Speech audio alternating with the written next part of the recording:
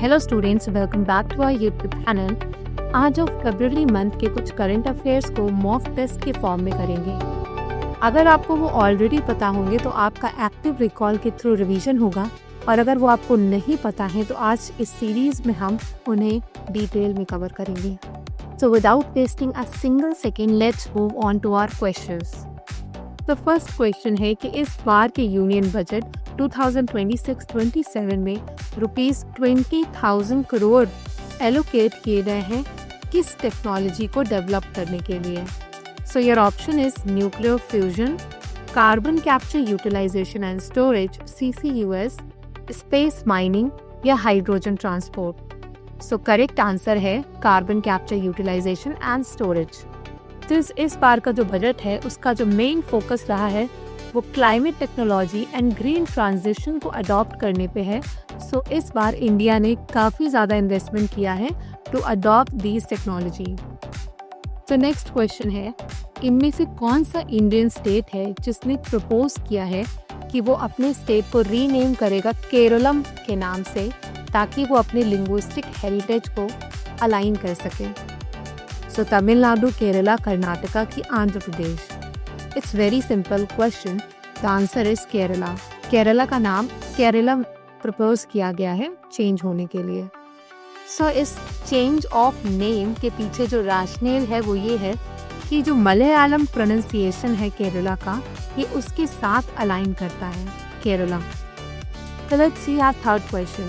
The National Monetization Pipeline NMP 2.0 targets asset monetization worth how much for the period of 2026 till 2030.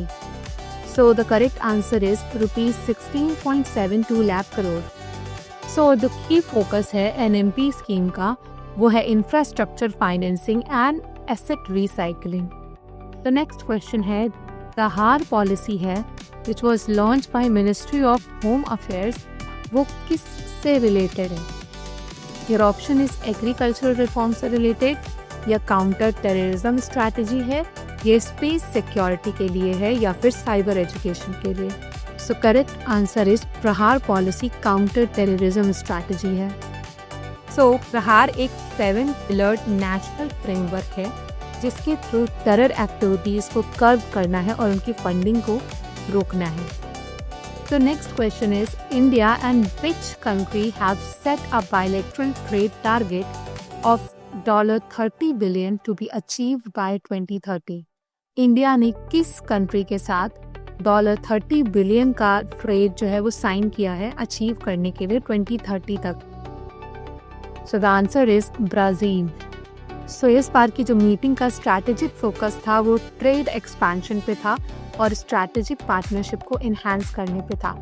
India ने अपना traditional knowledge digital library Brazil के साथ share किया है ताकि जो ट्रेडिशनल विजडम है वो सिक्योर रह सके। The next question. In February 2026, India hosted which major technology event that resulted in New Delhi Declaration? So इनमें से कौन सा ऐसा इवेंट है जिसमें New Delhi declaration recently sign हुआ है और वो काफ़ी न्यूज़ में था? So correct answer is India AI impact summit. तो इस बार की जो इंडिया AI इम्पैक्ट समिट हुई है उसमें कई सारे इम्पॉर्टेंट डिक्लेरेशन साइन हुए हैं, जैसे कि न्यू दिल्ली डिक्लेरेशन, और एक और एग्रीमेंट है जिसे हम टैक्स सिलिका एग्रीमेंट के नाम से कहते हैं। वो एक US लेड इनिशिएटिव है जिसमें भी इंडिया एक सिग्नेटरी बना है। Now let's see the next question. Which major company commenced semiconductor operations in Gujarat, boosting India's chip ecosystem? So इनमें से कौन सी कंपनी है जिसने गुजरात में सेमीकंडक्टर ऑपरेशन को कमेंस किया है? इंटेल, माइक्रॉन, सैमसंग की NVIDIA। So answer is Micron technologies. So जो माइक्रॉन टेक्नोलॉजी ने गुजरात में प्लांट सेटअप करने का डिसीजन लिया है उससे डोमेस्टिक चिप मैन्युफैक्चरिंग को एक खासा बूस्ट मिलेगा और ये हेल्प करेगा इंडियन सेमीकंडक्टर मिशन को पुश करने में। So now let's quickly glance through the rapid fire from the category of defense and security. So first question is, Exercise Milan 2026 ये एक आर्मी एक्सरसाइज है, नेवी एक्सरसाइज है कि एक एयरफोर्स एक्सरसाइज है? सो correct answer is it is an naval exercise. और ये एक प्रकार की मल्टीनेशनल एक्सरसाइज है जो काफी सारी देश मिल करके कंडक्ट करते हैं और इंडिया भी इसका पार्ट था। Next question is INS Anjadip what category of vessel is this? A carrier और anti submarine warfare? So answer is it is a type of anti submarine warfare craft. Next question is Dharma Guardian conducted between India and which of the following nation? So answer is Japan. Dharma guardian जो exercise है वो recently Japan के साथ collaborate करके की गई है। Let's see quickly the answer. Exercise Milan की वो नेवल एक्सरसाइज थी, मल्टीनेशनल एक्सरसाइज। जो INS अंजदीप है वो एक एंटी सबमरीन वॉरफेयर है शैलो वाटर ऑपरेशंस के लिए।